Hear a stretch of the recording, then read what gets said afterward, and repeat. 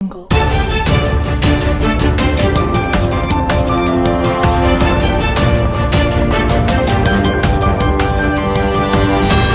Jungle.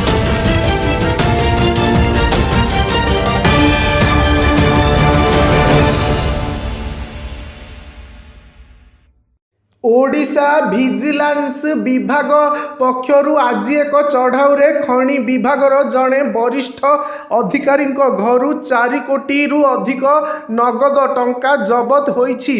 यह vigilance इतिहास रे सबुठारु बड़ नगद टंका जबत बोली अधिकारी माने कहिसंती। तेबे एही मामला रे गिरफ होइथिबा अभियुक्त अधिकारी जनक हेउछंती कटक सर्कल रो खनि उपनिर्देशक देवव्रत महांती। सूचना मुताबक गतकाली से जड़े लाइसेंस प्राप्त कोइला व्यवसायी ठारू 30,000 टंका लांच नेउथिबा बेले भिजिलांस जाल रे धरा पड़िथिले। एही लांच कोइला डिपोर सुरुखुरु चालिबा ओ परिवहन अनुमति पाई मागिथिले बोली सूचना रहिछि।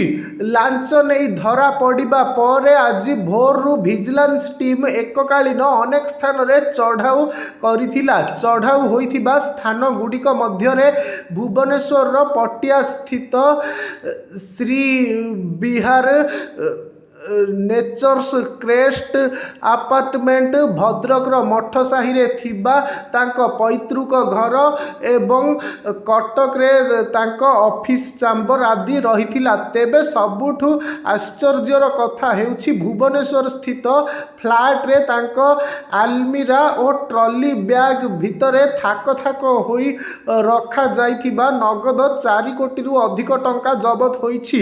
एहार गणति जारी रहिछि। एहा व्यतीत ऑफिस ड्रॉयर रु नगद 1,20,000 टंका 130 ग्राम सुना एवं भुवनेश्वर रे प्राय 2400 वर्ग फुट 2 महला कोठा ठाब होईछि। देवव्रत महांती 2004 मसीह रे बलांगीर रे junior mining officer senior surveyor भावे सरकारी चाकरी आरंभ करथिले। जेउठारे तांकर मासिक दरमा 8,000 टंका रहिथिला किंतु वर्तमान तांको घरु मिलिथिबा टंकार परिमाण देखि समस्ते आश्चर्य होई जाइछंती। सबुठु बड़ कथा हेउछि तांको घरु बाहरिथिबा टंकार परिमाण एते अधिक रहिथिला जे भिजिलांस अधिकारी माने टंका गणिबाकू टंका गणा मेसीन रो व्यवहार करथिले। एते टंका गणिबा समय रे अनेक मेसीन मझिरे मझिरे अटकी मध्य जाउथिले। भिजिलांस एही टंकार उत्स और अन्यान्य संपत्ति उपरे तदंत जारी रखिछि।